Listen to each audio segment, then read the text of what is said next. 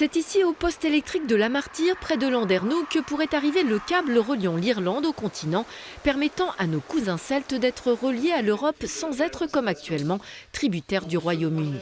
À l'heure du Brexit, le Celtic Interconnector prend donc une importance accrue, même si ce projet européen de sécurisation et de mutualisation a été pensé dès 2013 pour préparer la transition énergétique.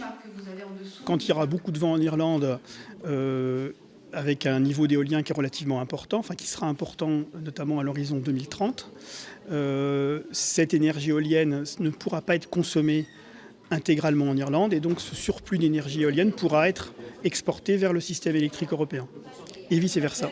La concertation en cours en Bretagne devrait permettre de déterminer la localisation exacte du câble entre son lieu d'atterrage, Cléder ou Sibiril, et la Martyre. Les agriculteurs et autres riverains sont invités à participer à des groupes de travail. Je ne pense pas qu'on va détruire ma maison pour faire passer le câble, mais je suis soucieux de l'environnement. J'ai choisi cet endroit parce que c'est beau. Et je me demandais si ce projet pouvait avoir un impact par rapport en fait, à l'environnement.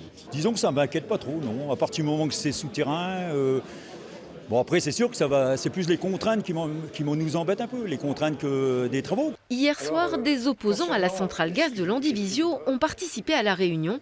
Pour eux, si cette liaison sécurise l'approvisionnement électrique de la France, il sécurise en premier lieu la Bretagne. La situation électrique de la Bretagne est déjà stabilisée. Donc avec cette interconnexion en plus, on peut dire que là, évidemment, la centrale de Landivisiau serait totalement inutile. Si le projet est validé, le Celtic Interconnector pourrait rentrer en service en 2026.